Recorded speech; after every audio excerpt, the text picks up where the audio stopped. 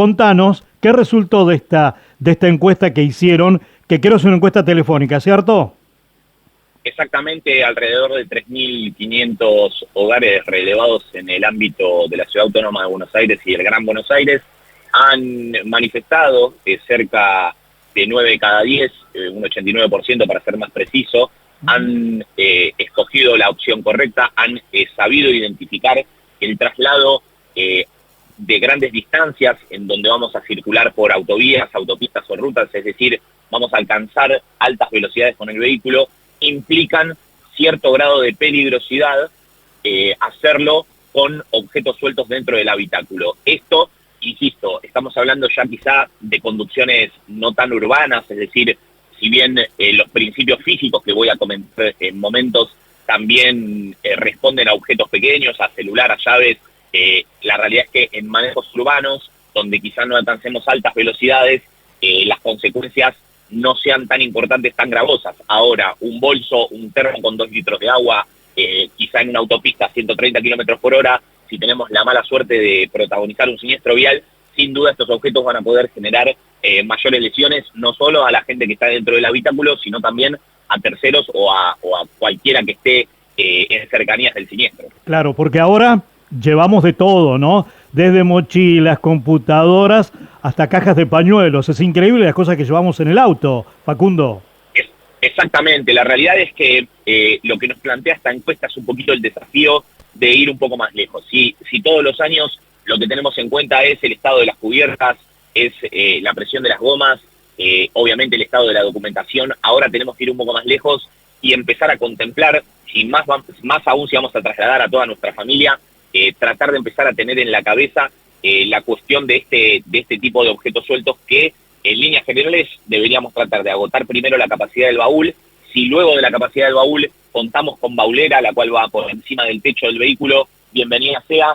Si tenemos que, digamos, acudir a algún objeto dentro del habitáculo, hacerlo con la mayor seguridad posible, pasando algún cinturón de seguridad por la mochila o por el bolso, pero tratando de, por sobre todas las cosas, evitar objetos que no puedan ser sujetados a algo, ¿no? La realidad, Horacio, es que también mismo principio ocurrirá con los animales. Obviamente no son objetos, son seres vivos, pero la realidad es que el principio es el mismo. Si la mascota no va sujetada con un canil o jaula o con un extensor de su correa al cinturón de seguridad, lamentablemente esa mascota va a ser un potenciador de lesiones. Hace un par de años ustedes habían realizado una encuesta similar, ¿verdad?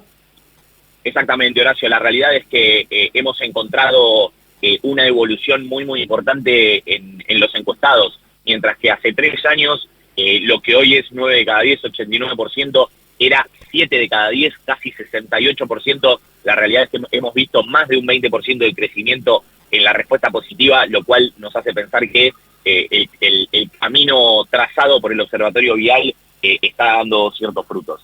Qué bueno, qué bueno. Bueno, es un dato importante. Entre tantas cuestiones, un dato a favor, ¿cierto?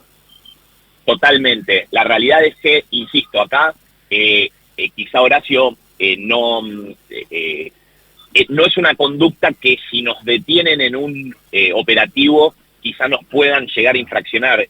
No está taxativamente prohibido llevar objetos sueltos. Esto tiene que ver con la conciencia de los conductores, con saber que por más de que esa conducta no sea infracción, igual no debo llevar objetos sueltos porque, insisto, si bien difícilmente me puedan infraccionar por este tipo de conductas, la realidad es que el peligro potencial en una situación de riesgo como es un siniestro está a la orden del día. Entonces, la idea es tratar de minimizar este tipo de cuestiones que pueden llegar a generar mayores lesiones. Y como estamos hablando del interior de los autos, hablamos también de quienes somos acompañantes. También hicieron una pregunta en esta encuesta a propósito de este tema, ¿verdad? Exactamente, en el mismo contexto, sabiendo que en grandes trayectos el copiloto quizá tiene un poquito más de protagonismo, tratamos de preguntarle a la gente si se consideran buena acompañante, buena copiloto o buen copiloto, y allí solo 6 de cada 10 han manifestado ser buenos copilotos. Acá, Horacio, la realidad es que tenemos que mencionar que el buen copiloto es un facilitador del conductor, genera situaciones en donde la atención del conductor se va a ver enfocada y no dispersa. No es buen acompañante quien va cebando mate o quien va generando algún tipo de distracción. buen copiloto será quien maneja el GPS, quien manipule la radio, quien tenga la billetera a mano si hay que pagar un peaje. Es decir, alguien que no solo tiene que estar atento, sino que tiene que colaborar en el buen sentido del viaje, ¿cierto? Exactamente, y más aún en este tipo de viajes, quizás el acompañante tiene que estar controlando los kilómetros o el tiempo que hace desde la última detención para sugerirle al conductor frenar, para que obviamente el conductor pueda estirar las piernas y pueda eliminar la sensación de somnolencia propia de estar sentado en la posición de conductor en el habitáculo durante más de 2 horas o 200 kilómetros. Esto es fundamental, sin importar, Horacio, que sea conducción diurna o nocturna, tenemos que detenernos cada 2 horas o 200 kilómetros. Claro, claro. Yo creo que, bueno, es algo para cambiar porque históricamente se creía que el buen copiloto era aquel que se va a mate durante todo el viaje, ¿no? No, la realidad es que no, la realidad es que cebar un mate va a generar por lo menos 3 tipos de distracción, va a tener una mano menos el conductor para sujetar el volante, va a tener una dispersión cognitiva importante y obviamente para tomar el mate va a necesitar mirarlo primero, así que va a tener también una distracción visual. Ese cóctel en esos 2-3 segundos en donde un conductor puede tener que tomar una decisión que sea la diferencia entre la vida y la muerte, la realidad es que nos lleva a pensar que no hay que realizarlo, no hay que ir ni bebiendo mate, ni bebiendo ninguna infusión, ni fumando ningún cigarrillo, ni nada que me genere algún tipo de distracción, ya sea visual, auditiva, motora o cognitiva. Facundo, gracias por estos datos como siempre más que interesantes. Te mandamos un abrazo.